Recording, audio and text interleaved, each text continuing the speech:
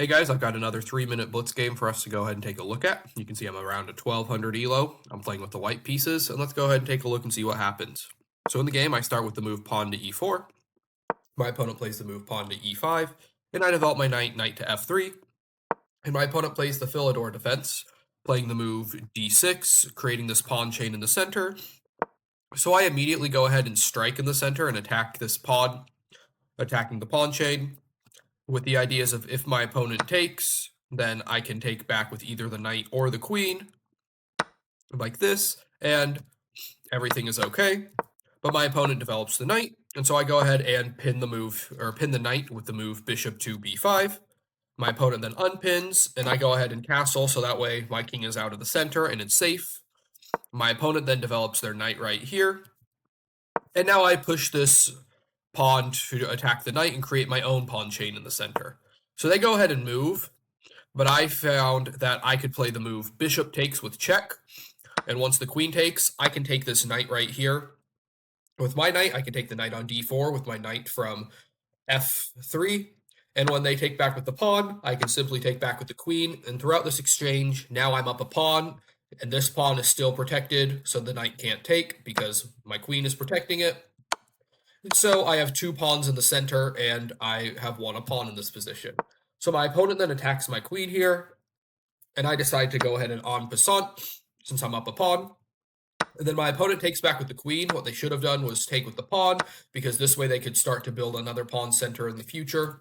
But taking with the queen's a slight inaccuracy. And at this point, I need to start developing my pieces, so I develop my knight to c3. My opponent then long castles, but this unfortunately hangs a pawn for them up here. So I go ahead and take the pawn, and you can see I'm up a lot of material. The computer wants me to go ahead and continue developing, and then create my own pawn chain in the center here. But I saw a free pawn and took it.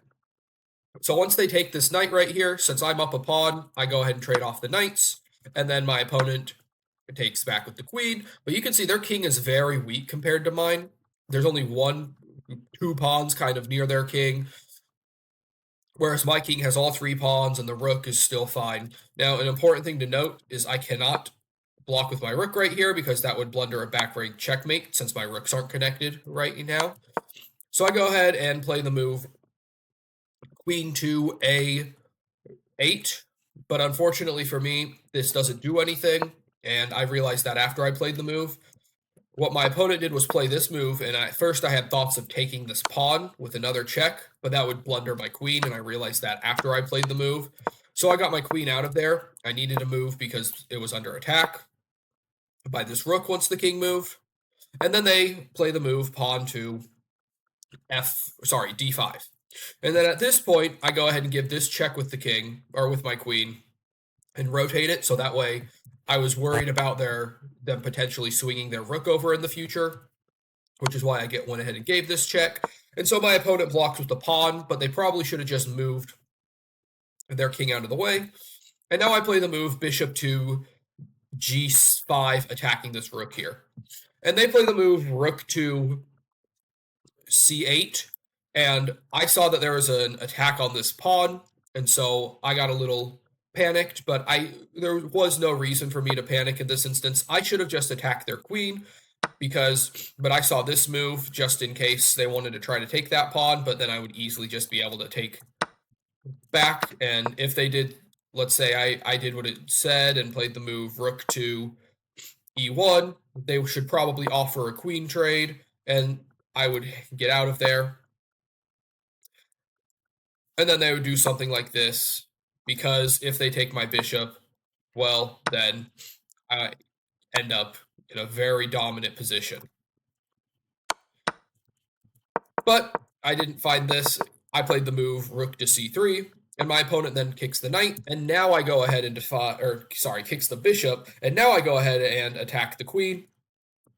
And what I'm trying to accomplish right here is I see this pawn is only defended by the queen, and so if the queen moves off of this file, let's say it goes here, it's no longer attacking the pawn, and I will be able to eventually do some crazy stuff. Now, that would obviously blunder the queen, but I'm just trying to find a way to get the queen off of this b1 to h7 diagonal. So my opponent realizes this, and after I play the move rook to e1, they move their queen over to c2, still defending this pawn. So if I take it, well, then they'll just take back. So I decide to go ahead and attack the queen again, playing the move rook to c2, and now this queen has only to stay on the file. It has no squares it can go to, so they have to move their queen off of this file, and this pawn will fall.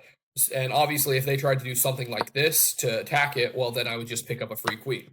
So this is where my opponent makes the mistake.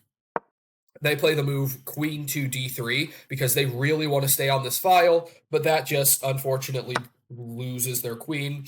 And I spot that, and now I am just up a queen and in a completely dominant position. And from here, my opponent plays the move king to d6. I check with the bishop, and now I check with the rook here on e6. E6, and they go ahead and move. And this is where my tunnel vision gets the best of me. After reviewing this game, I should have just taken this pawn. The king is now completely boxed in. It can't move to anywhere on the e file because of my rook. It can't move to anywhere on the d file because of my queen. My queen covers the c6 square, and my bishop covers the d7 or c7 square. So they would have to block with the bishop, and then I would take, and it's checkmate. Queen guards the rook, rook guards the queen.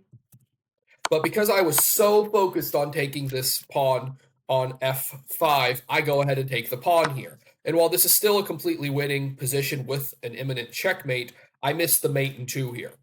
So my opponent then plays the move bishop to e7, developing their bishop. And now I take this pawn, but instead of mate in 2, I need to find a different checkmate.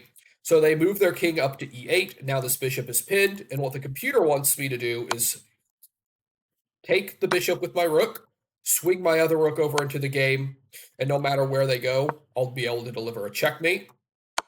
My queen would checkmate on e6 here, and if the king went up, then I would be able to deliver a checkmate with bishop to d6. But I didn't spot that again, and I spotted this free pawn right here, because this is still a checkmate in the future. My opponent then played the move rook to d8, and my queen delivered the checkmate on e7. So the main theme of this game was their king is very exposed and mine is not, and because they blocked with this pawn, they needed to find a way to keep this pawn defended, but I was able to keep, since it was only defended by the queen, I was able to keep ping-ponging their queen around until they eventually made a mistake. And I was able to capitalize on their mistake and go on to win the game. So if you liked the video, make sure to leave some comments down below on how to keep getting better at chess. Maybe drop your elo, maybe check out some other videos. And I hope you have a great day.